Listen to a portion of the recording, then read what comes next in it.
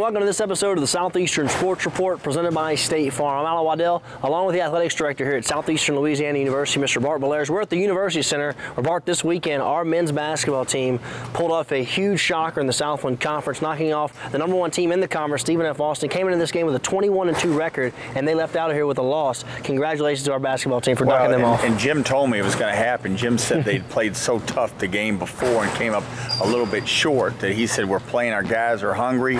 And then we start off, if you remember the game, we were down 13-zip, and I thought, oh my gosh, Jim's prediction's not going to come true.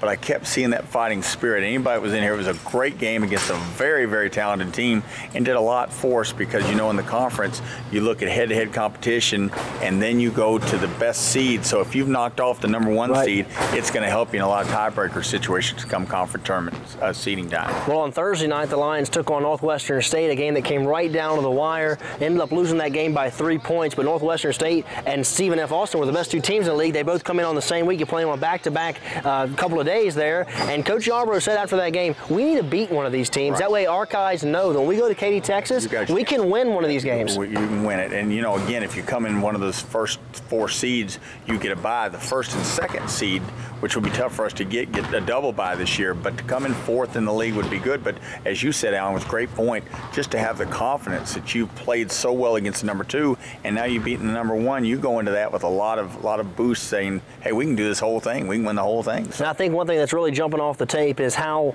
much improved the basketball team has gone throughout the year. This team has gotten better each and every week, so they could be a very dangerous team come conference tournament time. Talking about the women's basketball program, they knocked off Northwestern State on Thursday night.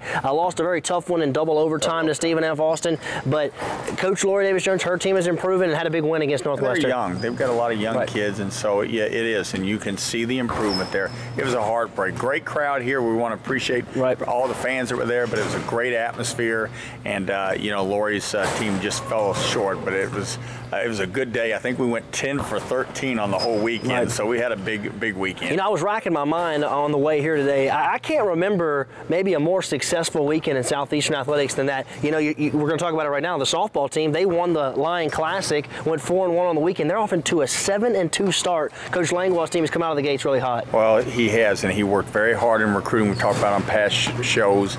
He's got a couple of big-time hitters, but he's got a lot of pieces. They're playing great defense. Softball, to me, it's a lot about pitching.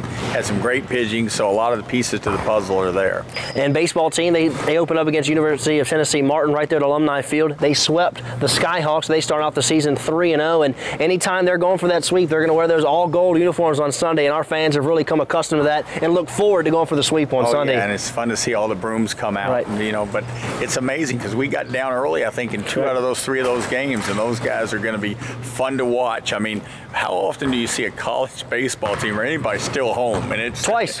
They did it twice this weekend. It's unbelievable. So we've got a little bit of everything, but it's very entertaining, a great atmosphere. Don't you think it's got to be frustrating for the opposing coaches when they come down here to play our baseball team? It seems like the game's kind of always close, but we're just going to find a way to win at the end, and they do it each and every game, it seems like, and they start their year 3-0. And another team that's come out the gates, we've talked about it on the past couple of shows, because Jason Hayes and his tennis program, they're off to a 6-0 start. They're blazing right out of the gates. Yeah, they are, and I went over there. It was a cold day on Saturday to watch them against William Carey, and those girls in the wind was playing, you know, it looked like it was going to go over the fence and it would come back and play, but our girls are very, very talented. We've got girls that haven't even made the top 6 that are sitting there in the bleachers beside me that were key players last year, so we've got some depth to our program, but it's fun to watch, and we encourage you to get on lionssports.net, find out when the tennis team's playing.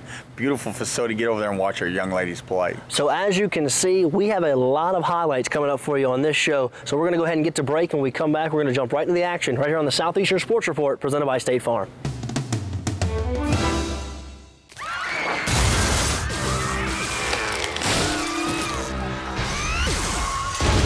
There goes Dwayne's car. There goes Dwayne's house. And there goes Dwayne. Man, that thing does not like Dwayne. State Farm's got you covered.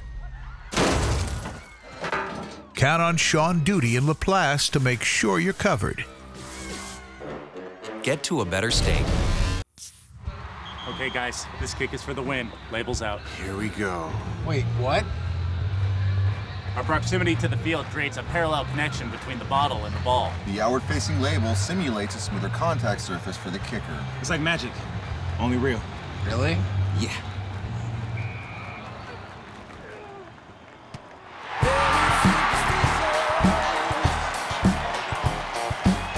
Bud Light, for the fans who do whatever it takes.